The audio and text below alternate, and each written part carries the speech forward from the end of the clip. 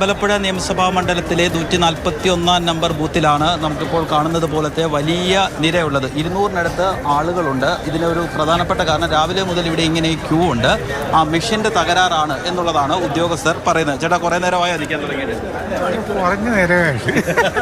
കുറച്ച് നേരം എന്ന് പറഞ്ഞാൽ ഒരുപാട് പേര് ക്ഷീണിച്ചിട്ട് വോട്ട് ചെയ്യാതെ പോയി കുറേ ആൾക്കാർ. എന്താ പ്രശ്നം എന്നാ പറയുന്നത്? താമസം ഭയങ്കര മിഷൻ രാവിലെ മുതൽ ഇവിടെ ക്യൂ തന്നെ. അപ്പം ആളുകളൊക്കെ പറയുന്നത് നമ്മൾ ഔദ്യോഗികമായി ഈ തിരഞ്ഞെടുപ്പ് കമ്മീഷൻ ഉദ്യോഗസ്ഥരോട് സംസാരിച്ചപ്പോൾ മിഷന്റെ കുഴപ്പമാണെന്ന് പറഞ്ഞത്. കുറേ നേരമായോ? പിന്നെ എത്ര മണിക്കൂറോളം കാത്തിരിക്കുക? രാവിലെ തൊട്ട് 3ാമത്തെ പ്രാവശ്യം വരുന്നത്. ഇവിടെ വരുമ്പോഴെല്ലാം 100-150 പേരായിട്ട് മിഷന്റെ പ്രശ്നമാണ്. കാര്യം ഇവിടെ 1250 വോട്ടുണ്ട്, പക്ഷെ ഇവിടെ കഴിഞ്ഞു 139. ഇവിടെ 1300 ചില വോട്ടുണ്ട്. ഇതുവരെ ഇനി 300-350 വോട്ട് ചെയ്യാൻ കിടക്കുക. 200 പേര് ഇപ്പം തന്നെ ഇവിടെ ഉണ്ട്.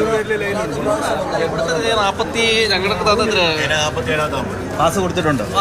ചീട്ട് 45-ാമത്തെ നമ്പറാന്നിരിക്കുന്നത്. എത്രയും പേര് കിടക്കുമല്ലേ? വോട്ട് ചെയ്തിട്ടേ പോകത്തുള്ളൂ. തീർച്ചയായിട്ടും നമ്മുടെ ഒരു അവകാശമല്ലേ, അത് വിനിയോഗിക്കില്ല. തീർച്ചയായിട്ടും അതിനകത്ത് നമ്മൾ അറിയിക്കാൻ പാടില്ലല്ലോ. കുറെ ആൾക്കാരൊക്കെ വന്നിട്ട് പോയാ ഒരുപാട് വന്ന പക്ഷെ എല്ലാവരും നമ്മുടെ നാട്ടിലെല്ലാവരും ഇവിടെ തന്നെ വെയിറ്റ് ചെയ്യുന്നുണ്ട്. വോട്ട് ചെയ്തിട്ടേ പോകത്തുള്ളൂ. അത് തീരുമാനമാണ്. പിന്നെ 2 പ്രാവശ്യം വന്നപ്പോൾ 2ാമത്തെ പ്രാവശ്യം വന്നിരിക്കുന്നു. രാവിലെ വന്നു, ഉച്ചയ്ക്ക് വന്നു, ഇപ്പോൾ വന്നിരിക്കുകയാണ്. വോട്ട് ചെയ്തിട്ടേ പോകത്തുള്ളൂ. ഇതാണ് നമ്മുടെ ഒരു പൗരന്റെ ഒരു ഉത്തരവാദിത്വം. നമുക്ക് ഇവരുടെയൊക്കെ വാക്കുകളിൽ നിന്ന് മനസ്സിലാവും. കാരണം 2ഓ 3ഓ തവണയൊക്കെ വന്ന് വീട്ടിൽ തിരിച്ചു പോയിട്ട് വീണ്ടും വന്ന ആളുകളുണ്ട്.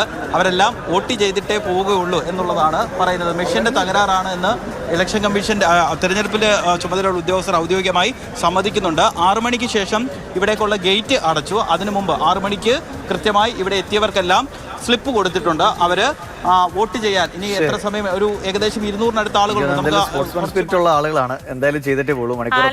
പൊതുവെ ഈ ഒരു രാഷ്ട്രീയമായി അവർ ആ നിലപാടിൽ ഉറച്ചു നിൽക്കും. വോട്ട് ചെയ്തിട്ടേ പോകും പറഞ്ഞു നിൽക്കും.